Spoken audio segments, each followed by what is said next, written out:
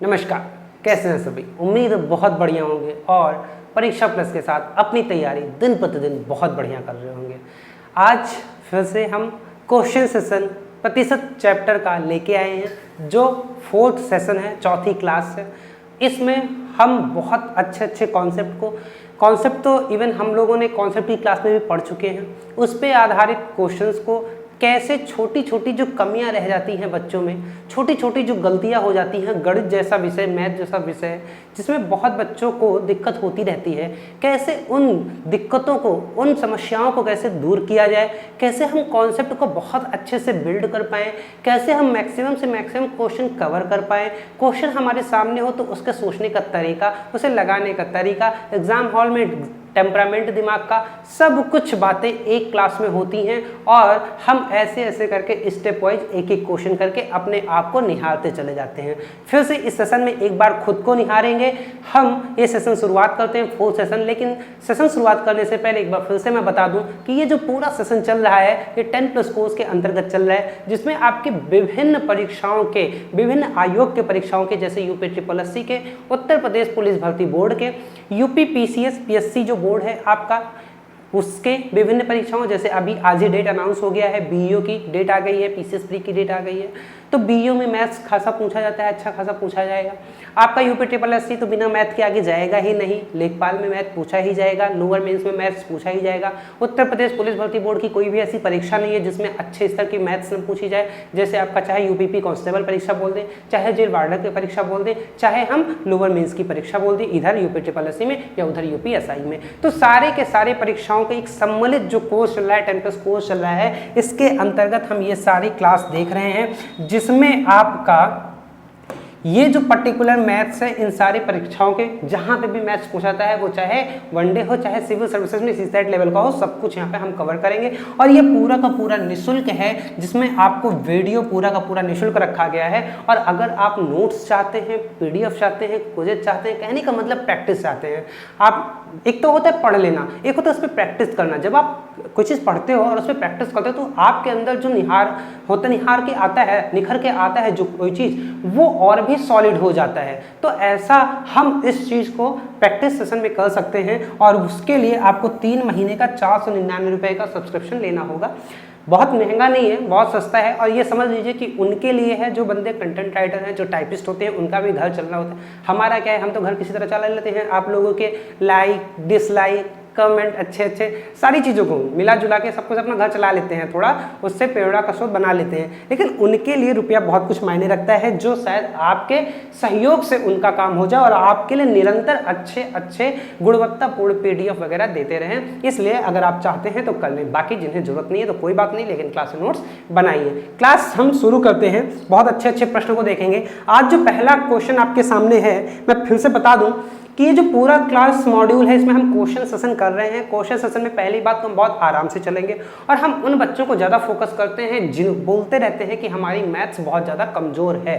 तो पहली बात, यहाँ पे मैथ्स किसी का कमज़ोर नहीं रहने देना है। दूसरी बात, ऐसे बच्चे जिन्हें लगता है कि मैथ्स हाँ ठीक है, थोड़ा प्रैक्टिस की ज़रूरत है और उनसे थोड़ी गलतियाँ हो जाती हैं जो बाद में पछतावे के कारण बन जाती हैं, उसको भी हम यहाँ पे बहुत अच्छे से दूर करेंगे। तो ऐसा बोलें, ये जो 0 to एडवांस, 0 to हीरो वाली जो पूरी क्लास है, इसमें हम एक स्टेप को बहुत अच्छे से सीखते हुए चलेंगे। पहला प्रश्न आपके सामने है, आपसे उत्तर अपेक्षित है। जो बच्चे कॉन्सेप्ट सीख चुके हैं, ये वही क्वेश्चन है जो कॉन्सेप्ट में कराया गया था। अभी यहाँ पे क्वेश्चन सेशन में हम क्वेश्चन देते हैं, आपको लगाना होता है। जब भी आप मैथ्स की क्लास करने आओ तो अपने साथ कम से कम एक पेन और एक नोटबुक लेके बैठ के पढ़ो, ताकि आप एक्टिव रहो। जो भी 45 मिनट का, आधे घंटे का, 1 घंटे का जो भी सेशन होता है, टाइम बाउंड नहीं होता है। हम ऐसे ही क्लास सेशन लेके आते हैं ताकि आप बोर भी ना हो और मैक्सिमम करीबन 10 क्वेश्चन कवर भी कर लो, ठीक है।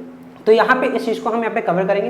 क्वेश्चन का देखते हैं उत्तर कौन देता है। आप लोग लगाने की कोशिश करें, लगाने के सभी लोग कोशिश किया करो, क्योंकि जब आप करने का प्रयास करोगे तभी समझ में आएगा आपको क्वेश्चन सोचना कैसे है। और एग्जाम हॉल में बैठे हो चाहे घर में बैठे हो, सबसे पहला प्रोसेस है, अगर क्वेश्चन आप पढ़ते हो तो उसे लगाने कहाँ से शुरू करें, ये सबसे बड़ा सवाल होता है। तो ये सीखना है तो आप कॉपी पेन लेके बैठो। तो क्वेश्चन का शुरू करते हैं। बोलता है ए की आय बी की आय से 25% कम है। आय मतलब इनकम, कोई अंग्रेजी माध्यम वाले बच्चे हो तो आय मतलब इनकम होता है। कह रहा है कि ए है और इसकी जो इनकम है वो बी की इनकम से 25% क्या है, कम है।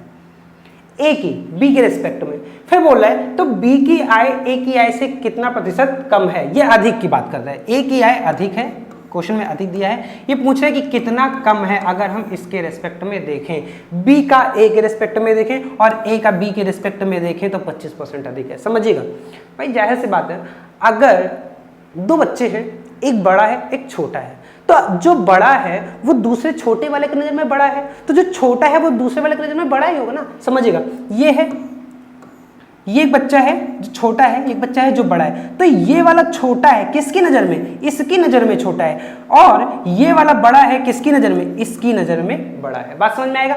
तो ये नज़रिया होता है और ये नज़रिए का ही प्रश्न है, इसे हम कैसे सॉल्व करेंगे। परसेंटेज में आपने बहुत पहले सिखाया था कि जब भी हम प्रतिशत निकालते हैं तो किसी के रिस्पेक्ट में निकालते हैं, किसी के नज़रिए में निकालते हैं। 20%, तो 20% किसी का होगा, 20% ज़्यादा तो किसी के रिस्पेक्ट में ज़्यादा होगा, 20% कम तो किसी के रिस्पेक्ट में कम होगा। ऐसे ही ये क्वेश्चन है। अब समझिएगा, बोल रहा है कि ए की जो इनकम है बी की इनकम से 25% ज्यादा है। तो इसे मैं ओवर थोड़ी आपको समझाने की कोशिश कर रहा हूं कि अगर ए की इनकम, यहां पे ए की इनकम बी के रिस्पेक्ट में बात कर रहा है, तो हम किससे मानेंगे, हम ये मान लें कि बी की इनकम अगर 100 है तो ए की इनकम कितनी हो जाएगी भाई, 25% ज्यादा है तो 125 हो जाएगी, नहीं हो जाएगी। समझिएगा, ए की इनकम बी की इनकम से 25% ज्यादा है, तो जिसके रिस्पेक्ट में ज्यादा है उसे हम एक वैल्यू दे दिए, एक मान उसे दे दिए, अपनी तरफ से दे दिए ताकि हमारे लिए वो सुगम हो जाए। और परसेंटेज के चैप्टर में जब आप किसी चीज को 100 मान लेते हो, क्यों, क्योंकि कोई भी चीज अपने आप पे क्या होती है, 100 होती है, तो जब आप कोई चीज 100 मान लेते हो तो आपके लिए आसान हो जाता है। तो बी यदि 100 है तो ए 125 हो जाएगा। अब देखो, इससे 25% ज्यादा है कि नहीं है, मुझे बताओ आप, ज्यादा है, साफ चीज है। अब बोला कि बी ए से कितना कम है। कई बार बच्चे क्या होते हैं ना, सीधा आंसर ले आते हैं 25 ले आते हैं, गलत कर देते हैं। क्यों गलत कर देते हैं, क्योंकि ये परसेंट की बात कर रहा है, रियल वैल्यू की बात नहीं कर रहा है। अभी समझिएगा, मैं ये बोलूं कि एक बंदा 100 रुपए कमा रहा है और एक बंदा 125 रुपए कमा रहा है, तो ये ए है, ये बी है, ए जो बी से है वो 25 रुपए ज्यादा कमा रहा है, ये बात सही है, क्या 25 रुपए ज्यादा कमा रहा है। अब मैं ये बोलूं कि बी जो है वो ए से 25 रुपए कम कमा रहा है, तो भी बात सही है, क्योंकि बी ए से 25 रुपए कम कमा रहा है। लेकिन यहां पे बात क्यों गलत हो गई, इस बात को मैं समझाने की कोशिश कर रहा हूं, क्योंकि ये रियल वैल्यू है। यहां पे दोनों तरफ क्या लगे हुए हैं, रुपीज लगे हुए हैं, और ये भी क्या है, रुपीज है। लेकिन ये क्या पैसा है, रुपया है, ये तो प्रतिशत है। तो प्रतिशत के सीन में गलत हो जाएगा। क्यों, क्योंकि प्रतिशत हमेशा एक दूसरे के रिस्पेक्ट में देखा जाता है, सापेक्ष में देखा जाता है। तो ये इससे 25% ज्यादा है, क्योंकि 100 से 25, तो 100 से 125 और 25 ज्यादा है, तो मतलब 25 किसके रिस्पेक्ट में, बी के, बी कितना है 100, और परसेंट लगाने के गुणा 100 करेंगे तो आ जाएगा 25%, इसलिए 25% ज्यादा है। लेकिन मैं ये बोलूं कि बी ए से कितना कम है, तो हम बोलेंगे बी कितना कम है, 25 किसके रिस्पेक्ट में, ए के रिस्पेक्ट में, तो नीचे क्या आएगा 125 और गुणे 100 करेंगे तो ये 25 पंचे 125 और ये कट करेगा तो कितना आएगा 20%, यानी कि ये कितना कम है, बी ए से कितना कम है, 20% कम है। बात समझ में आ गई मैं क्या कहना चाह रहा हूँ। रियल वैल्यू और परसेंटेज में दोनों में अंतर पड़ जाता है। बहुत बच्चे रियल वैल्यू समझ के गलती कराते हैं जो नया नया मैथ सीख रहे होते हैं, इसलिए मैं बहुत आराम से इस चीज को आपको समझाने की कोशिश किया हूँ। अब क्या एग्जाम में आएगा तो आप ऐसा लगाओगे, नहीं, हमारे पास बहुत अच्छे अच्छे तरीके होते हैं लगाने के लिए। मैं आपको तरीका बताता हूं, जब भी ऐसा प्रश्न आए, जब भी ऐसा प्रश्न आए, तो जो भी ज्यादा हो या कम हो, भाई एक के रेस्पेक्ट में देखेंगे, किसी के भी रेस्पेक्ट में देखें, तो हम बस मान लेंगे कि जिसके रेस्पेक्ट में देख रहे हैं वो 100 है, तो दूसरा वाला कितना होगा, 125 होगा। अब जब वो बोलता है कि एक ज्यादा है तो दूसरा कितना कम है, तो हम उसी चीज को पलट देंगे। क्या पलट देंगे, ये 100 125 इधर लिखा है तो हम ऐसे पलटेंगे तो 125 इधर आ जाएगा, 100 इधर आ जाएगा। अब हम क्या करेंगे, यहाँ पे अंतर दोनों में कितना दिख रहा है 25, और नीचे हमेशा इधर वाली वैल्यू आएगी, तो ये हो जाएगा 125 गुणे 100, और इसे सॉल्व करेंगे तो 20% ही आपका उत्तर आएगा। बात समझ में आ गई। ये बहुत ही उम्दा तरीका है, बहुत जगह यूज होगा। अभी आपको लग रहा होगा कि क्यों पलट रहे हैं, क्यों ऐसा कर रहे हैं, ये सारी बातें मैं आपको समझा दूंगा, लेकिन आप बस इतना समझो कि यहाँ पे अगर ऐसे प्रश्न आता है कोई ज्यादा या कम हो रहा है। अभी यहाँ पे यही प्रश्न होता कि 25% कम है तो ठीक है, एक 100 है तो इसके रिस्पेक्ट में दूसरा 25% कम है तो हम उसे मान लेते 75 और आंसर निकालने के लिए इसे पलट देते, 75 100 हो जाता। इन दोनों का अंतर कितना है 25, और 25 बटे क्या आएगा, हमेशा ये वाली वैल्यू आएगी बटे 75 गुणे 100, यानी कितना हो जाएगा 1/3, यानी 33.1/3% आपका उत्तर आ जाएगा जब ये कह रहा होता कि 25% कम है। तो बात समझ में आ गई मैं क्या कहना चाह रहा हूं। अगर ऐसे क्वेश्चन आते हैं तो आप कर लोगे कि नहीं कर लोगे, बहुत आराम से हो जाएगा। चलिए नेक्स्ट प्रश्न पे आते हैं और इस प्रश्न के कॉन्सेप्ट को और अच्छे से हम सीखते हैं। नेक्स्ट प्रश्न आपकी स्क्रीन पे है, आप फटाक से इसे लगाने की कोशिश करो। मतलब पी की आयु क्यू की आयु से 20% कम है। पी की आयु की बात कर रहे हैं, एज की बात कर रहे हैं, क्यू से 20% कम है तो क्यू की आयु पी की आयु से कितना प्रतिशत अधिक है। सभी लोग जो मैंने तरीका बताया ना उस तरीके पे लगाने की कोशिश करो। अगर उस तरीके पे लगा लिए तो अभी ये कॉन्सेप्ट बहुत मजा आने वाला है और विभिन्न जगह पे ऐसे बहुत सारे प्रश्न बनेंगे जिसका रिलेशन कहीं अलग से होगा, लेकिन कॉन्सेप्ट यही होगा और मैं आपको सिखाऊंगा कि कैसे इसे लगाएंगे और कैसे अपने मैथ का डर भगाएंगे। तो यहाँ पे लगा देते हैं फटाक से। और लगाने के बीच बीच में जो बच्चे अभी वीडियो को लाइक ना किए हों वो पहले लाइक कर लें, अच्छे कमेंट कर लें और अपने दोस्तों के साथ शेयर भी कर लें, ताकि ये सेशन भी चलता रहे, हमें भी मजा आता रहे और आप लोग के साथ भी जब भीड़ ज्यादा होगी ना, जब ज्यादा अभी क्या 15-17 बच्चे एक साथ होते हो, कम से कम ये 100-150 बच्चे जब साथ में रहोगे तो ज्यादा मजा आएगा। आप लोग पता नहीं क्या करते हो, दूसरों को बुला नहीं पाते हो, आपकी कम्युनिटी बहुत बेकार है। पी की आयु क्यू की आयु से 20% कम है तो मैंने अभी बोला ना, जिसके भी रिस्पेक्ट में बोला उसे 100 मान लेते हैं। कम या ज्यादा हम इधर लिख लेंगे तो 20% कम, तो 100 से 20 कम कितना हो जाएगा 80 हो जाएगा। इसी को पलट देंगे, ये 80 हो जाएगा, ये 100 हो जाएगा। अंतर आपको 20 का दिख रहा है, इसके बीच में अंतर देखते हैं नीचे वाले के, और हमेशा नीचे ये वाली वैल्यू आती है 20/80 गुणे 100, तो ये हो जाएगा 1/4 और ये कट करेगा तो कितना आएगा 25%। 25% कहीं आपको ऑप्शन में दिख रहा है क्या, ये देखिए ऑप्शन सी दिख रहा है, यही आपका उत्तर हो जाएगा। तो कितना आसान था। इवन जब आप इसे सीख लोगे ना, इस पर प्रैक्टिस कर लोगे तो ये भी लिखने की जरूरत नहीं आएगी। आप सीधा देखोगे कि पी की आयु से 20% कम है ज्यादा वाला पूछ रहा है तो दिमाग में आपकी कैलकुलेशन चलेगी। अच्छा कम है तो 100 से 80 जाएगा और हम पलटेंगे तो 80 से 100 जाएगा। इसका मतलब 20 और 80 से 100 जा रहा है तो नीचे 80 आएगा, तो 20/80 गुणे 100। ऐसे आप सीधा एक मन में ही कैलकुलेशन कर लोगे और एग्जाम में, हर एग्जाम कोई भी हो, चाहे यूपी SSC में रिकॉर्ड है पता नहीं कितनी बार पूछा गया है, यूपी के पुलिस भर्ती बोर्ड में पता नहीं कितनी बार पूछा गया है, और इवन हायर एग्जाम में, इवन SSC के सीजीएल वगैरह में भी बहुत बार ये प्रश्न पूछा जाता है और बच्चे गलत करके आते हैं। लेकिन मात्र 2 सेकंड का या 3 सेकंड का प्रश्न होता है अगर आपकी इस पे साउंड प्रैक्टिस है, और आप ये अंक अपने झोली में डाल सकते हो और सिलेक्शन के एक स्टेप और करीब जा सकते हो। एक क्वेश्चन सही करते जाओगे, आसान क्वेश्चन चूज करते जाओगे, आसान और मॉडरेट वाले सारे क्वेश्चन अगर करके आ जाओगे तो टॉप मार्क दोगे। आसान और मॉडरेट वाले के 90% क्वेश्चन सही करके आओगे तो आपका सिलेक्शन हो जाएगा। बात समझ में आ रही है। तो स्ट्रेटजी के साथ खेलना है, रणनीति के साथ खेलना है, हमें नौकरी ले लेनी है, हमें सिलेक्शन ले लेना है, उसके बाद तो दुनिया बहुत बड़ी है, पता नहीं क्या क्या करना है कि नहीं है, तो वो करते रहेंगे, हम यहाँ पे सीखते हैं। अच्छा 2 क्वेश्चन हमने देख लिया, लेकिन ऐसा हो क्यों रहा है इस बात को हम समझते हैं।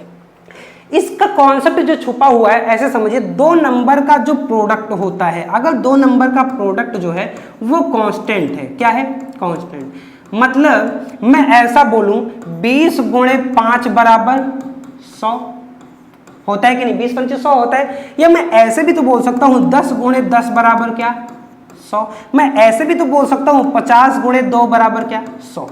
ये तीनों चीजें सेम है, इधर भी 100 है, यहां पे भी 100 है और यहां पे भी 100 है, तो इधर चीजें बदल रही हैं लेकिन इधर की चीजें तो कांस्टेंट है, इधर की चीजें चेंज नहीं हो रही हैं। तो जब भी 2 चीजों का गुणा कांस्टेंट होता है तो अगर एक चीज घट रही होगी तो दूसरी चीज बढ़ रही होगी। नहीं विश्वास पड़ रहा है तो देख लो, 20 से 10 हुआ तो ये 5 से 10 हुआ, 5 से 10 बढ़ा कि नहीं बढ़ा, और ये 20 से 10 कम हुआ कि नहीं हुआ। तो अगर इसमें एक चीज कम होगी तो दूसरी चीज क्या होगी, बढ़ेगी। यानी कि अगर n1 को कम किया जाएगा तो n2 को बढ़ेगा, और अगर n1 को बढ़ाया जाएगा तो n2 क्या होगा, कम होगा। ये बात आपको क्लियर हो रही है कि नहीं क्लियर हो रही है?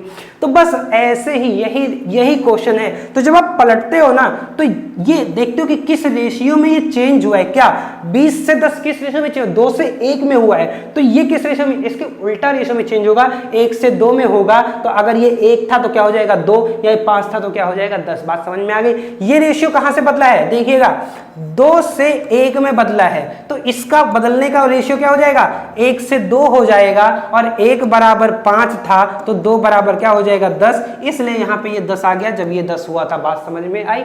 ऐसे ये कॉन्सेप्ट मैंने पहले भी बताया था आपको, याद करिए कॉन्सेप्ट वाले में, कि अगर किसी चीज की टोटल क्वांटिटी फिक्स होती है तो जो रेशियो चेंज होता है एक क्वांटिटी का, वो उसी रेस्पेक्ट में चेंज होता है, उसके इनवर्स में चेंज होता है जिस रेशियो में उसका दूसरा वाला क्वांटिटी चेंज हुई होती है। ये बात मैं और जब क्वेश्चन आएगा तब समझाऊंगा, फिर से मैं याद दिलाऊंगा, लेकिन मैंने कॉन्सेप्ट में भी बताया था। और इवन कल के इसके पिछले सेशन में क्लास नंबर 18 में या क्वेश्चन सेशन 3 में सेम कॉन्सेप्ट में मैंने आपको क्वेश्चन बताया था। अगर आपको याद आ गया हो तो जल्दी से बताएं हाँ कमेंट में। जब आप हाँ बोलते हो तभी मुझे मजा आता है, और जब मुझे मजा आएगा तभी आपको मजा मैं दिला पाऊंगा। बात समझ में आ रहा है कि नहीं आ रहा है? और मैथ जब तक मजा नहीं आएगा तब तक सीख नहीं पाओगे। तो सीखने के लिए मजा आना बहुत जरूरी है, और मजा आने के लिए आपको एक्टिव रहना बहुत जरूरी है। जैसे ये प्रश्न, मुझे बताओ कितने लोग इसे लगा लोगे, और जल्दी से इसे लगाने की कोशिश करो। क्वेश्चन सेम है लेकिन आत्मा इसकी अलग है। क्वेश्चन तो सेम है, लगाने का तरीका सेम है, लेकिन आत्मा अलग है। समझाऊंगा आत्मा कैसे अलग है। बोले यदि चीनी का मूल्य 20% बढ़ जाता है तो ज्ञात करें कि चीनी की खपत कितना प्रतिशत कम कर दें कि चीनी पे खर्च अपरिवर्तित रहे। अपरिवर्तित रहे मतलब क्या, दूसरी भाषा में बताओ भैया?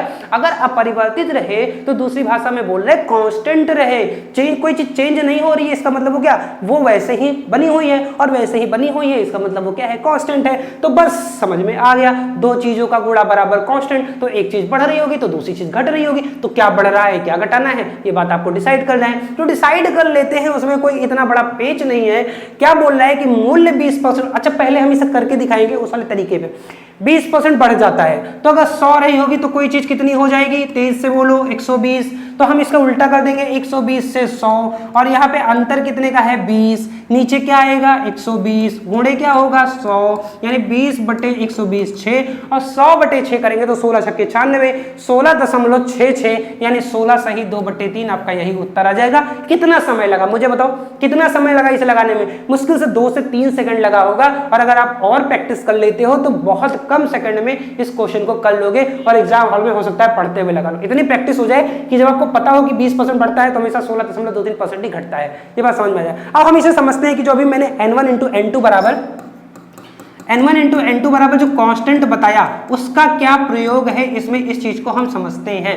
देखिए कोई किसी भी चीज का जो खपत है, खपत के जो टोटल रुपया आएगा, एक्सपेंडिचर अगर उसे अंग्रेजी में बोले या खपत बोले, एक्सपेंडिचर बराबर क्या होगा समझिएगा, कितनी क्वांटिटी यूज हो रही है, क्वांटिटी इनटू प्राइस। जैसे सपोज करिए कि आपके घर के किचन में महीने में 10 किलो चावल लगता है। कितना?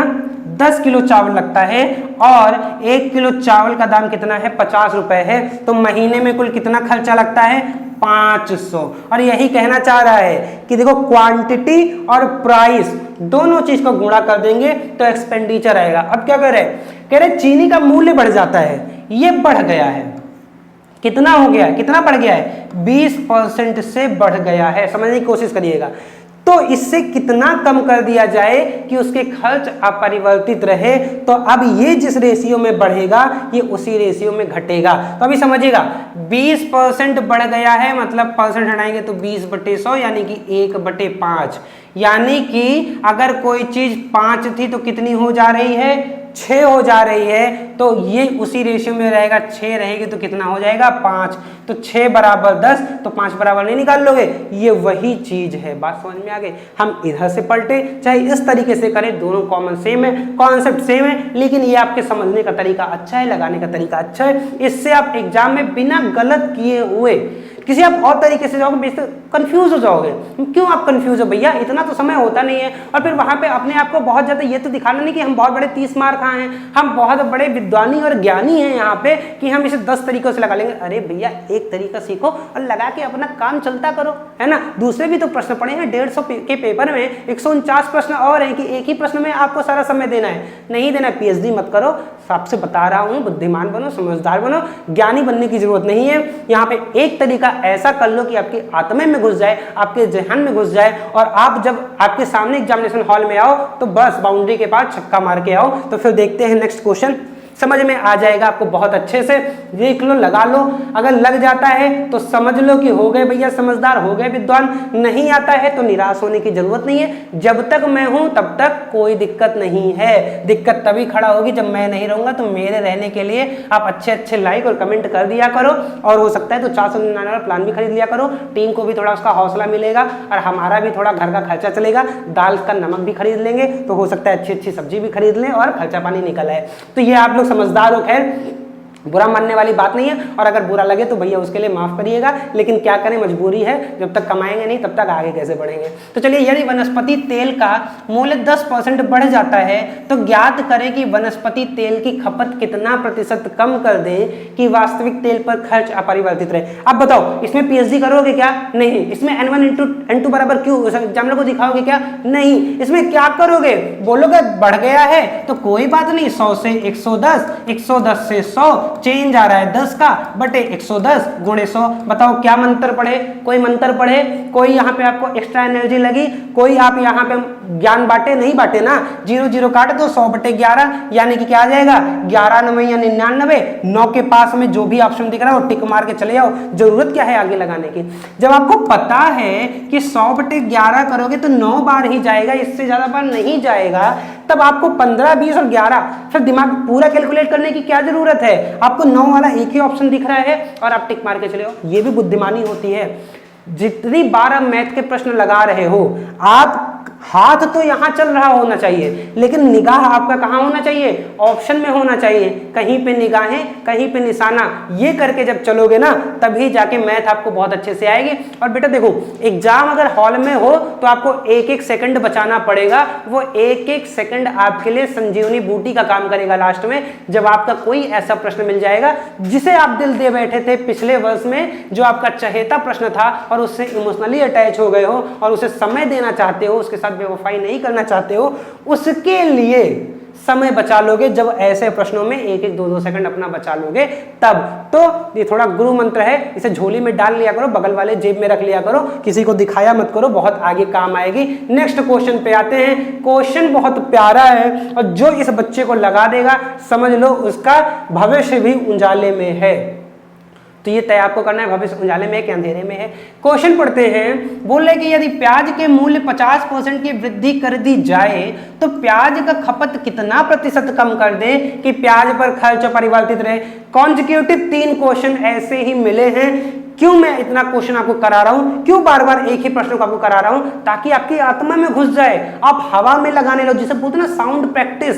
इतना किसी चीज पे इतना अभ्यास कर लो, किसी भी चीज पे अगर 1000 बार से ज्यादा अभ्यास कर लोगे ना तो आपके इंट्यूटिव माइंड में चला जाएगा। आप कोई सब सो रहे हो, सपने में कोई बोलेगा अगर चावल का दाम इतना बढ़ जा रहा है, कितना कम कर दिया परिवर्तित है, तुम टपाक से बोलोगे इतना होता है, फिर सो जाओगे। ये होना चाहिए आपके दिमाग का लेवल। तो कैसे करोगे? जब ज्यादा ज्यादा प्रैक्टिस करोगे। तो प्याज का मूल्य 50% की वृद्धि हो जाती है। कोई बात नहीं भैया, 100 था, कितना हो गया? 150। हम क्या कर लेंगे? 150 को 100 कर लेंगे। अंतर कितने का है? 50 का है। किस के रिस्पेक्ट में? 150 के रिस्पेक्ट में। गुणे 100 तो आपको करना है, ये 1/3 जाएगा। 100/3 को अगर करोगे तो 33.33%, यानी कि 33 सही 1/3% आपका क्या आ जाएगा? उत्तर आ जाएगा। आ गया कि नहीं आ गया? बताओ भैया, आगे कि नहीं आ गया? आ गया उत्तर। तो फिर खड़े काहे हो? चलो नेक्स्ट क्वेश्चन पे आते हैं जल्दी से और इसे करके दिखाते हैं। कौन करके दिखाएगा? देखते हैं कौन यहाँ पे वीर है, किसी समझ में आ रहा है? जल्दी से बताओ। उत्तर आना चाहिए, सभी का उत्तर आना चाहिए, तभी मैं आगे बढ़ूंगा। जब तक उत्तर नहीं आएगा तब तक मैं आगे नहीं बढ़ूंगा। सभी लोग लगाओ और करो। बहुत प्यारा सा प्रश्न है। क्वेश्चन क्या कह रहा है? अभी यहाँ पे मैं एक कॉन्सेप्ट और सिखाऊंगा आपको। यदि किसी आयत की लंबाई में 15% की वृद्धि कर दें तो इसकी चौड़ाई में कितने प्रतिशत की कमी कर दें जिससे आयत का क्षेत्रफल अपरिवर्तित रहे। कैसे आप पहचानोगे, ये उसी टाइप का प्रश्न है। पहली बात तो अपरिवर्तित की बात कर रहा है, और ये पहचानने का तरीका नहीं है, ये तो बच्चे पहचानते हैं। आपको कॉन्सेप्ट पहचानना है, आपको पहचानना है। ये वो वाला प्रश्न है जिसमें दो चीजों का गुणा बराबर क्या होता है, कांस्टेंट, या सीधा कांस्टेंट लिख दे, के ना लिखें। n1 इंटू n2 बराबर क्या है, कांस्टेंट। कैसे भैया, आयत की बात कर रहा है। आयत मतलब होता है रेक्टेंगल। रेक्टेंगल का फॉर्मूला क्या होता है, ज्योमेट्री के चैप्टर में पढ़ाएंगे। ये लेंथ है और ये ब्रेड्थ है, और इसका अगर एरिया निकालोगे तो आ जाएगा लेंथ इंटू ब्रेड्थ, लंबाई गुणे चौड़ाई बराबर उसका क्षेत्रफल। किसका, आयत का, रेक्टेंगल का। तो देखो क्या बोल रहा है, क्षेत्रफल परिवर्तित ना हो कोई बात नहीं, तो दो चीजों का गुणा हो रहा है कि नहीं हो रहा है। क्या बोल रहा है, इसकी वृद्धि कर दी जाए तो ये क्या होगा, कम होगा। सेम टाइप का क्वेश्चन है कि नहीं है, उसी टाइप का क्वेश्चन है, तो लगा लो भैया। मजेदार प्रश्न है, उत्तर आ जाना चाहिए। क्या होना चाहिए, कितना परसेंट बढ़ रहा है, 15%। तो कोई चीज 100 थी तो कितनी हो जाएगी, 115। तो फिर ये क्या हो जाएगा, 115 से 100, अंतर कितने का, 15 का, बटे क्या आएगा, 115, गुणे क्या करोगे, 100, 5 तिहाई 15, 5 दूनी 10, 5 तिहाई 15, 3/23, यानी 300/23। अगर इसका आप करोगे तो लगभग कितना जाएगा, 13 के करीब जाएगा, यानी आपका उत्तर आ जाएगा 13 का एक ही दिख रहा है, 13.04, और यही आपका उत्तर आ जाएगा। तो बात समझ में आई कि नहीं आई भाई। 23 दहम्मा 230 और 23 तिया 69, तो ऐसे करके निकाल लो, उतना ही जाएगा, उससे तो जाएगा नहीं। तो कितना जाएगा, 13.04, ये आपका सही उत्तर आ गया। नेक्स्ट प्रश्न पे आते हैं, इसका उत्तर आना चाहिए, सभी से आना चाहिए। देखते हैं कौन लगाता है, एक बार लगाइए। तो आपके सामने नया प्रश्न है, उत्तर सभी से आना चाहिए, उत्तर आप देते जाइए। प्रश्न वही है, और मैं यहाँ पे एक कॉन्सेप्ट को सिखाऊंगा फिर से, कि जब भी 2D या 3D की बात आए और ऐसे टाइप के प्रश्न आ जाए तो आपको सावधानी थोड़ा सा बरतने की जरूरत है। 2D वाले में तो सेम चीज चल जाता है, अगर आप ऐसे को 3D में कई बार बदल जाता है, वो चीजें मैं आपको आगे बताऊंगा जब प्रश्न आएगा। 2D में अभी देख लेते हैं 2 डायमेंशनल फिगर कौन कौन से होते हैं। अगर आपसे रेक्टेंगल की बात करें, जैसे पिछला प्रश्न था, आयत जिसे कहते हैं, जिसमें लेंथ और ब्रेड्थ होती है, या स्क्वायर की बात करें, या जिसे वर्ग बोलते हैं, जिसमें दोनों साइडें या चारों भुजाएं बराबर होती हैं, या त्रिभुज की बात करें, त्रिभुज कोई भी हो, राइट एंगल ट्रायंगल हो या कोई भी हो, इसमें भी दो विमाएं। 2D मतलब होता क्या है, 2 डायमेंशंस। और डायमेंशन होता क्या है, डायमेंशन मतलब होता है विमाएं, जिसके 2 विमाएं हो। 2 विमाएं मतलब आपकी 3 विमाएं होती है। देखिए अगर एक्सिस में करेंगे, ये आपकी वाई एक्सिस होती है, ये आपकी एक्स एक्सिस होती है, और ये आपकी एक्स वाई कर दिया, ये आपकी जेड एक्सिस होती है। तो जिसमें केवल 2 विमाएं हो, एक्स वाई, या आप ऐसे बोलो ये एक्स और वाई, देखे ना, ये एक्स एक्सिस होती है, ये वाई एक्सिस होती है। कोई चीज जब इसी पे हो, 2 विमाओं में हो, 2 डायरेक्शन में हो, तब आपका क्या कहेंगे, 2D होगा। और जब इसमें आ जाएगी तो क्या होगा, 3D होगा। जैसे अगर आप आयत करोगे तो इसी में बन जाएगा, लेकिन अगर आपको घन बनाना होगा तो आप कैसे बनाओगे, एक तो ऐसे बनाओगे और फिर एक ऐसे बनाओगे। तो ये देखो 3D गया कि नहीं गया, ये एक जेड एक्सिस में भी जा रहा है, एक एक्स एक्सिस में भी आ रहा है, एक वाई एक्सिस में भी आ रहा है। तो ये जब 3 एक्सिस में जाती हैं चीजें तब क्या कहलाती हैं, 3D आता है। मैं इधर फिगर बनाऊंगा तो आपको और अच्छे से क्लियर होगा, समझ में आना चाहिए। ये देखो ये 3D फिगर कि नहीं, एक जेड एक्सिस, एक वाई एक्सिस और एक एक्स एक्सिस। ये एक्स एक्सिस में गया, ये जेड एक्सिस में आया, और ये वाई एक्सिस में गया। तो जब 3 इसकी विमाएं होती है 3D फिगर, और इसमें या तो कोई चीज ऊपर जाएगी या तो कोई चीज इधर जाएगी, और नहीं हो सकती। कहने का मतलब ऐसे सारी चीजें जिसमें थिकनेस होती है, मोटाई होती है, वो 3D हो जाता है। ऐसे सारी चीजें जिसमें मोटाई नहीं होती है वो क्या होता है, 2D होता है। जैसे पेपर, एक A4 साइज का पेपर हो तो उसमें कोई मोटाई होती है ना, कोई मोटाई नहीं होती है, हालांकि होती है लेकिन हम उसे नेग्लिजिबल मानेंगे तो क्या कहेंगे, 2 डायमेंशनल फिगर है। वहीं पे आप कोई डब्बा ले लो तो वो क्या कहलाओगे, 3 डायमेंशनल फिगर है। और देखो 2 डायमेंशनल फिगर में क्या होती है, वृत्त, ये भी आपका 2D फिगर है। ये ऐसे सारे फिगर आपके क्या कहलाते हैं, 2D फिगर कहलाते हैं। रोम्बस भी आगे बहुत सारे होते हैं, ट्रेपेजियम, ये सारे क्या होते हैं, 2D फिगर होते हैं। 3D फिगर में क्या होता है, आपका घन, घनाभ, क्यूब, क्यूबॉइड जिसे बोलते हैं, सिलेंडर आपका है ना, कोन, और क्या बहुत सारे ऐसे फिगर होते हैं, गोला, सुनिए गोला, बॉल बॉल, ये सारे क्या हैं, ये आपके 3D फिगर हैं। बात समझ में आ गई। इसे हम ज्योमेट्री के चैप्टर में बहुत अच्छे रिप्रेजेंट करके पढ़ाएंगे, यहाँ पे कोई जरूरत नहीं है बताने की, समय ले जाने की। तो बस इतना समझना, जब हम 2D फिगर की बात कर रहे होंगे, 2 डायमेंशनल फिगर की बात कर रहे होंगे, तब हमारा ये वाला तरीका लग जाएगा कि 100 से 120 हो रहा है, 120 से 100 हो रहा है, लग वहां पे भी जाएगा, लेकिन सावधानी बरतनी होगी। कैसे सावधानी बरतनी होगी मैं बताऊंगा। अब क्यों ऐसे 2D फिगर में लग जा रहा है, क्योंकि कोई भी 2D फिगर हो, जैसे अगर रेक्टेंगल की बात करें, मैं यहां पे कर रहा हूं, यहां पे मैं बात कर रहा हूं, पहले इसे मैं थोड़ा डिलीट कर दूं ताकि आपको समझ में आए। ये सारे 2D फिगर हैं, इसका एरिया क्या होगा, लेंथ इंटू ब्रेड्थ, इसका एरिया क्या होगा, a इंटू ए, इसका एरिया क्या होगा, हाइट इंटू बेस। आगे भले ही 1/2 लगा, उससे मतलब नहीं, लेकिन 2 वेरिएबल का गुणा हो रहा है। इसका एरिया क्या होता है, पाई आर स्क्वायर, मतलब पाई इंटू आर, 2 चीज का गुणा हो रहा है। इसमें भी आपका हाइट इंटू बेस, ये सारी चीजें आपका क्या, 2 चीजों का गुणा हो रहा है कि नहीं हो रहा है। तो जब जब 2 चीज का गुणा होगा, तब तब हमारा ये कॉन्सेप्ट लग जाएगा। वो चाहे वृत्त हो, चाहे आपका त्रिभुज हो, चाहे आपका वर्ग हो, चाहे आपका आयत हो, चाहे आपका कोई भी फिगर हो जो 2 डायमेंशनल है, उन सब में ये फॉर्मूला लग जाएगा। 3D फिगर में हमें 2 बार लगाना पड़ता है, इसलिए मैं फिर से बताऊं, 3D फिगर में थोड़ा सावधानी के साथ काम करिएगा।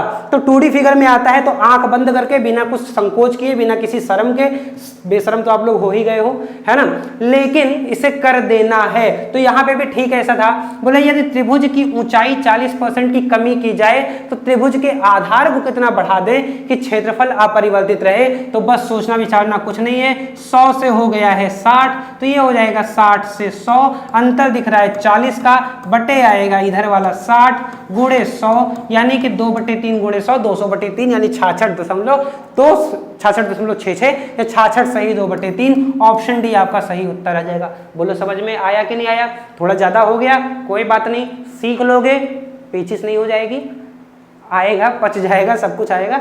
मजा आना चाहिए, अल्टीमेटली समझ में आना चाहिए, एक एक चीजें क्रिस्टल क्लियर होनी चाहिए, सब कुछ बहुत अच्छे समझ में आना चाहिए, उसके आत्मा में घुस जाना चाहिए, एक एक फिगर में घुस जाना चाहिए, एक एक अक्षर में घुस जाना चाहिए, तभी आप मैथ बहुत अच्छे से सीख पाओगे और बहुत ही एक्टिव माइंड से। तो अगर आ गया हो मजा तो बताओ मुझे कितना आएगा इसका उत्तर।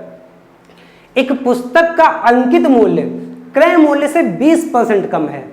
आप समझिएगा, ये प्रॉफिट लॉस का क्वेश्चन लग रहा है, लेकिन मैं परसेंटेज में करा रहा हूं। परसेंटेज में क्यों करा रहा हूं, क्योंकि ये भी उसी कॉन्सेप्ट का क्वेश्चन है। उसे कितने % अधिक में बेचा जाए कि ना लाभ हो ना हानि, और जब ना लाभ ना हानि हो, मतलब आपको शून्य मिले, नल बटे सन्नाटा, जब कुछ ना मिले, तब आपका कहने का मतलब वो कांस्टेंट है, अपरिवर्तित है, और अपरिवर्तित है तो सेम लग जाएगा। समझिएगा, अंकित मूल्य 20% बढ़ गया है। अब कोई चीज बढ़ गया है, उसे फिर से लेके आना है, ये बात भी मैं अभी समझाऊंगा कैसे।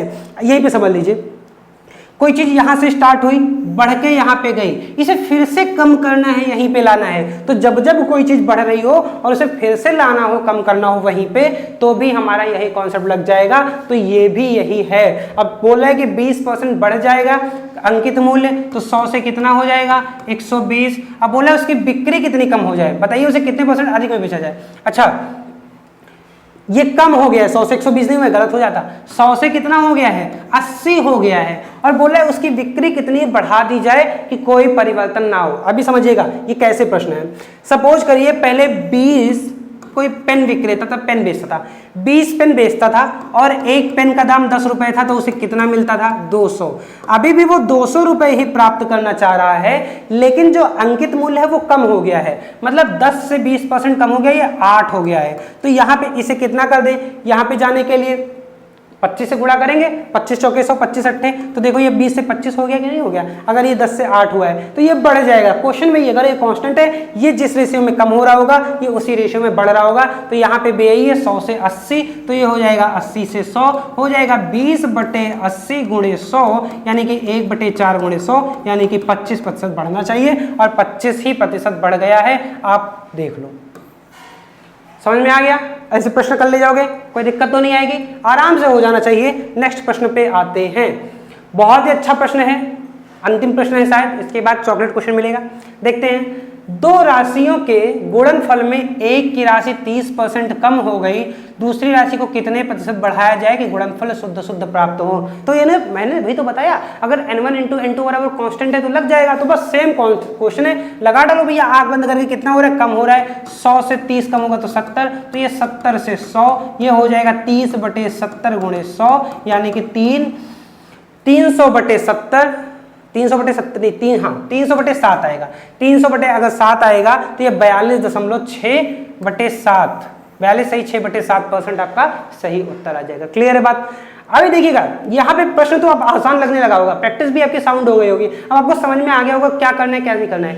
दो चीज का ध्यान रखिएगा, ये कम हो रहा है कि ज्यादा हो रहा है, इस बात पे बहुत ध्यान दीजिएगा। बच्चे यहाँ पे बहुत ज्यादा गलती करते हैं, एग्जाम हॉल में होते हैं, टेम्परामेंट बिगड़ा हुआ होता है, जल्दबाजी में होते हैं या अंडर प्रेशर होते हैं और उस चक्कर में कम को ज्यादा, ज्यादा को कम कराते हैं। 100 से अगर 130 कर दिए तो बेटा जिंदगी में कोई ऐसी ताकत नहीं है जो ये प्रश्न आपका सही करवा लेगी। आप गलत करके आओगे, घर पे आओगे, मम्मी पूछेंगे पेपर कैसा हुआ, मम्मी से चौड़िया के बोलोगे मम्मी पेपर बहुत बढ़िया हुआ, लेकिन जैसे ही रिजल्ट आएगा मुंह दिखाने लायक नहीं रह जाओगे, ना मम्मी को, ना मोहल्ले में, ना खुद को। शीशे में भी मुंह देखने से घबराने लगोगे। क्यों? क्योंकि खुद से ही पछतावा होने लगेगा, अरे यार इस प्रश्न को मैं गलत कराया, धिक्कार है मुझ पे। यही जुबान आपका निकलेगा, सर फोड़ोगे, पछताओगे, रोगे, कोई फायदा नहीं होगा क्योंकि अल्टीमेटली गलत हो गया है। तो थोड़ा सा ठंडे दिमाग से, दिमाग आपका ज्यादा गर्म रहता है मैं समझता हूँ, दिमाग को गर्म मत रखिए, ठंडे दिमाग से एग्जाम हॉल में क्वेश्चन को पढ़िए, समझिए, ये जानिए क्या पूछ रहा है, फिर सोचना प्रारंभ करिए इसका उत्तर क्या होगा, कैसे लगेगा, और सही उत्तर पे पहुंचने के लिए कहीं पे निगाहें कहीं पे निशाना, मतलब हाथ तो आपका उस पे चल रहा हो लेकिन निगाहें आपकी कहाँ होनी चाहिए, ऑप्शन पे, ताकि आप अपना समय बचा पाओ और जिसे दिल दे बैठे थे क्वेश्चन को वहां पे आप समय दे पाओ। तो ये सारे जो मैं इतनी बातें बोल गया ना, फिर से रिवर्स करके सुन लीजिएगा, ये बहुत बड़ा मूल मंत्र है सफलता का मैथ के सब्जेक्ट में। तो फिर आगे बढ़ते हैं, और ये पसंदीदा प्रश्न चॉकलेट क्वेश्चन, मेरा पसंदीदा और आपका भी, क्योंकि ये प्रश्न जब आप लगा लेते हो ना तो मुझे भी बहुत खुशी होती है। जब आप कमेंट में बताते हो ना कि इसका ऑप्शन ये होगा चॉकलेट का, तो लगता है यार बच्चे पढ़ रहे हैं, और सबसे ज्यादा मजा आता है यार आप पूरी क्लास इतने शिद्दत के साथ पढ़ रहे हो। मैं आपका धन्यवाद करता हूं कि आप हमारी मेहनत को साकार बना रहे हो। आप एक दिन सफल होगे, आप एक दिन सफलता पाओगे, हमारी मेहनत उस दिन सार्थक हो जाएगी। यकीन मानिए टीम बहुत मेहनत करती है, एक एक क्वेश्चन को, बेसिक से क्वेश्चन को चूज करना, टाइपिस्ट टाइप करता है, प्रूफरीडर प्रूफरीड करता है, कंटेंट मेरे पास आता है, फिर मैं इसे आपको पढ़ाता हूँ, अच्छे से देखता हूँ कि क्वेश्चन क्या है, किस तरीके से समझाया जा सकता है। एकदम 0 से 0 लेवल का बच्चा और एडवांस से एडवांस लेवल बच्चे दोनों में कितना अच्छा मैं ब्रिज बना दूं कि सबको इंटरेस्टिंग लगे क्लास, सबको मजा आए, और सबसे बड़ी बात आपका सिलेक्शन हो जाए। तो अगर ये चीज जब आप उत्तर देते हो तो वो खुशी दुगनी हो जाती है। तो आप लोग इसका उत्तर देना। प्रश्न बहुत अच्छा है, प्रश्न आप स्क्रीनशॉट ले लो, जैसे भी लो, और खासकर अगर अभी उत्तर दे दो, इमीडिएट दे दो तो ज्यादा मजा आएगा, नहीं तो कोई बात नहीं, जब आपसे लग जाए तब दे देना। और जरूर, और ये क्वेश्चन ना फॉरवर्ड भी किया करो, अपने दोस्तों को बताया करो। इससे क्या लगेगा ना, कंपटीशन का एक नियम है, सफलता का एक नियम है, खासकर कॉम्पिटिटिव एग्जाम में, या तो आप इतना नंबर पा लो कि टॉप मार जाओ, या आपके साथी जो हैं वो कुछ ना पाए, तब भी आपका सिलेक्शन हो जाएगा। आपके साथ वाले एकदम 0-0 पाए और आप 1 नंबर पा जाओ तो भी आपका सिलेक्शन हो जाएगा। आप 100 पाओ, आपके सिलेक्शन, आपके साथ वाले 99 पाए तो भी आपका सिलेक्शन हो जाएगा। तो कहने का मतलब अपने साथियों को भी दिया करो, देखा करो वो भी कितनी तैयारी कर रहे हैं, और चुपके से जब ना लगा पाए तो बताया करो बेटा यहाँ पे पढ़ लो वरना ऐसे दग जाओगे। आगे बात समझे? तो चलिए, इसका उत्तर अपेक्षित है, आप लोग बहुत उम्मीद से, बहुत मन से इसका प्रश्न का उत्तर दोगे, और सेशन को लाइक जरूर कर दिया करो। जो बच्चे डिसलाइक करते हैं उन्हें भी मैं एक तरफ से धन्यवाद करता हूँ कि आप मुझे प्रेरणा देते हो और अच्छा करने का। मैं जानता हूँ कि हालांकि ये आपके अंदर पता नहीं कौन सा ऐसा द्वेष भाव भरा है जो आपका अंगूठा गलत काम के लिए उठता है, कोई बात नहीं, वो हमें और प्रेरणा देता है। आप किया करो, अनलाइक भी किया करो, और लाइक करने वाले बच्चे तो जरूर लाइक किया करो, कमेंट भी अच्छे किया करो, ताकि आपके जो अन्य सहपाठी हैं, अन्य अभ्यर्थी हैं, अन्य दोस्त हैं, या कल के आने वाले जूनियर हैं, छोटे भाई हैं, छोटी बहन है, उनको मदद मिल सके, उनको लगे नहीं यार कंटेंट अच्छा है, यहाँ पे पढ़ना चाहिए। यूट्यूब जैसे माध्यम, ऑनलाइन जैसे माध्यम जहाँ पे इतनी सारी भीड़ है, इतने सारे, कल को कोई भी अपने आप को टीचर बोलता है, कोई भी कॉन्सेप्ट क्लियर नहीं होता है, प्रैक्टिस नहीं होती है, फिर भी आके पढ़ाने लगता है। मैं नहीं चाहता हूं कि आप अपना भविष्य उनके उनके बहकावे में आगे बर्बाद करो। आप जिम्मेदार होगे अपनी सफलता का, अपनी असफलता का, और हर असफलता यही सिद्ध करती है कि सफलता में कहीं ना कहीं कमी रह गई है, पूरे मन से ये काम किया नहीं गया है। तो ये आपको चूज करना है क्या बेटर है, क्या बेटर नहीं है, कौन सा कंटेंट ज्यादा अच्छा है, कौन सा टीचर ज्यादा अच्छा है। यहाँ पे मैं बहुत ज्यादा बोलूंगा नहीं, नहीं, मैं नहीं बोल रहा हूँ कि मैं बहुत अच्छा हूँ, एकदम ही बोल रहा हूँ। हो सकता है किसी के लिए मैं बुरा हूँ, किसी को मेरा पढ़ाने का तरीका नहीं समझ में आए, कोई बात नहीं, आपको जो अच्छा लगता है आप उससे पढ़ो, लेकिन आप कभी भटको मत, 100 के नज़र में मत भटको, जो आपको अच्छा लगता है उससे पढ़ो, सभी अच्छे ही होते हैं जो थोड़ा एडवांस लेवल के होंगे। तो ये बात आप समझदार हो। चलिए फिर नेक्स्ट सेशन में मिलते हैं, तब तक के लिए धन्यवाद, पढ़ते रहिए, बढ़ते रहिए।